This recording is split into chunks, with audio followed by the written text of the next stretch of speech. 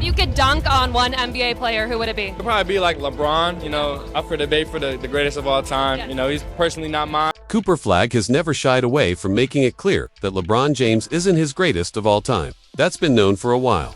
But what he recently revealed has stirred up major controversy, unexpected, messy, and already making waves across the basketball world. Seemingly out of nowhere, Flagg exposed a harsh reality about LeBron and pointed to the reasons so many within the league have come to dislike him. Let's unpack it. LeBron James is arguably one of the most disliked players in the NBA today, and according to Cooper Flagg, the animosity toward him might have begun the very moment he joined the league. Back in 2003, LeBron entered the NBA as an 18-year-old with more hype than anyone since Michael Jordan. The pressure on him was immense, with non-stop media coverage and expectations through the roof. But what many people don't understand is that even his own teammates were rooting against him right from the start. Paul Silas, LeBron's rookie year head coach, once admitted that some Cavaliers players were openly jealous of LeBron's media attention and budding success. Silas recalled telling them they had the opportunity to help nurture a future star of the game, but their egos simply wouldn't allow it. This was far deeper than your average rookie hazing. This was personal. Prior to the 2003 NBA draft, forward Carlos Boozer publicly voiced skepticism about LeBron's potential, claiming the Cavaliers already had better players in LeBron's position on the roster. Even more revealing was a candid moment from LeBron himself, where he admitted that many of his early teammates held a kind of animosity, not necessarily hatred, but close to it toward what he was expected to bring.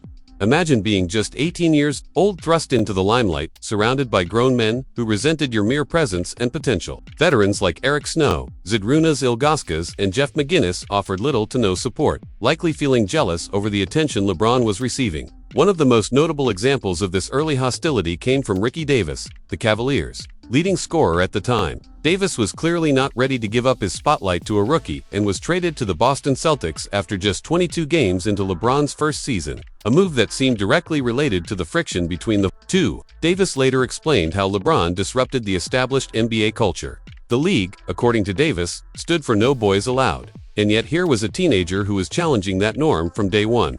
But this culture clash and resentment weren't confined to Cleveland. Throughout LeBron's career, a pattern of tension followed him across different teams and with various teammates and opponents. From the beginning, LeBron was more than just a talented player. He was a disruptor, someone who unintentionally threatened the status quo simply by existing. The deeper reason behind the hostility he faced is rooted in the psychological dynamics of professional sports, where egos, competition, and survival instincts collide. The veterans on LeBron's early teams were used to being the stars. His arrival as the No. 1 draft pick, along with being labeled the chosen one, made many feel irrelevant, sparking envy and damaging team chemistry. And it wasn't just about who got the most shots or played the most minutes. It was about identity and the fear of being forgotten or overlooked. With every headline and highlight reel centered on LeBron, players who had spent years grinding in the league found themselves overshadowed. The resulting bitterness ran deep.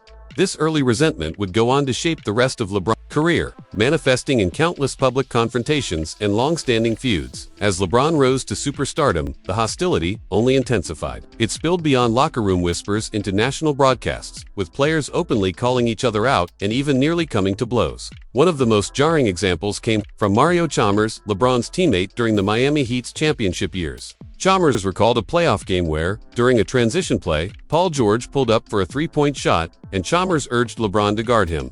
On the bench afterward, Chalmers expressed frustration, saying the team needed to stop acting and just play basketball. You'd think winning 2 championships together would forge an unbreakable bond, but the reality was more complicated. Chalmers described playing alongside LeBron as a challenge because of how dominant LeBron was on and off the court. In a 2017 interview, Chalmers admitted, "It can be tough playing with LeBron sometimes just because he's such a dominant player. Is the coach going to get everyone else involved, or is LeBron going to decide when he wants to do that?"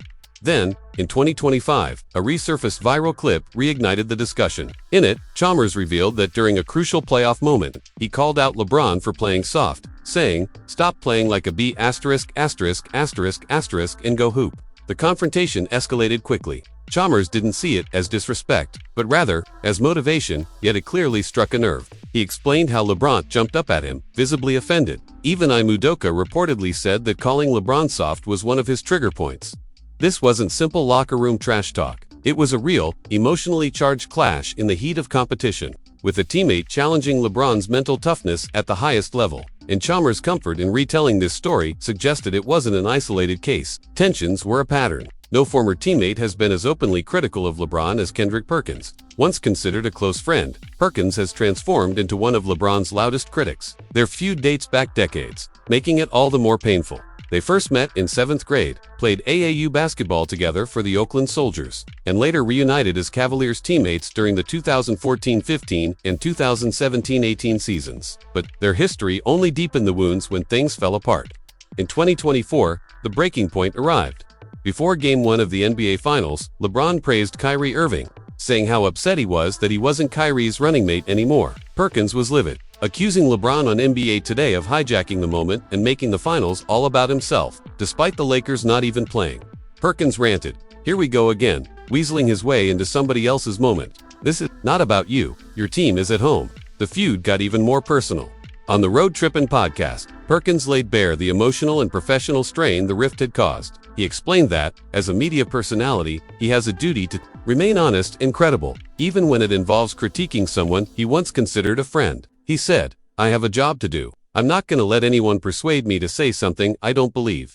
If someone's doing well, I'll give them their flowers. If they're on some bull, I'll call it out."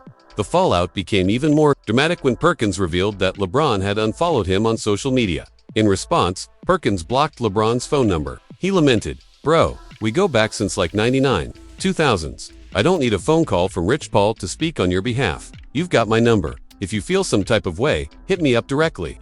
If I'm wrong, I'll apologize. We move forward from it." This wasn't just sports criticism, it was a friendship, wrecked by LeBron's insistence on narrative control and an unwillingness to accept critique from those who knew him best. If you really want to understand how deep this resentment goes, look at Joakim Noah. The former Chicago Bulls center didn't merely dislike LeBron, he seemed to despise everything he stood for. Noah once said that LeBron's arrogance was intolerable. He described moments where the Heat would be up by 20 and LeBron would shoot free throws with his left hand or dance around the court.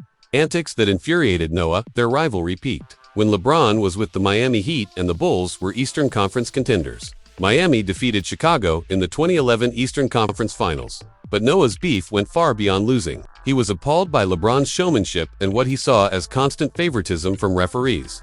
In 2010, Noah famously said during a playoff series against Cleveland, "I'm from Chicago. We don't dance. Cleveland sucks." Noah's gritty, no-nonsense demeanor clashed with LeBron's flashy and media-savvy presence.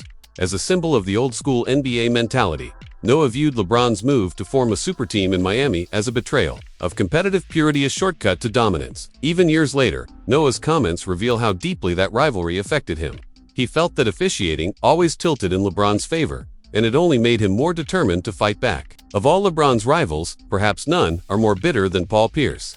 This feud goes beyond competition, it's personal and venomous. According to Kendrick Perkins, the entire saga began when Pierce spat toward the Cavaliers' bench during a 2004 preseason game where LeBron was seated. That act of disrespect nearly sparked a physical altercation in the locker room area, setting the tone for what would become a two-decade war. Pierce has never let up. In 2020, he famously left LeBron out of his all-time top 5 players, instead choosing Michael Jordan, Kareem Abdul-Jabbar, Bill Russell, Magic Johnson, and Kobe Bryant. Pierce's critique went beyond rankings. He's repeatedly slammed LeBron's leadership, questioning his legacy and accusing him of never building a team from the ground up. When asked about their current relationship, Perkins clarified, "They don't speak, they hate each other." This was no ordinary rivalry, it was deeply personal. The way these conflicts have unfolded shows how LeBron's presence has often sparked intense, long-lasting division.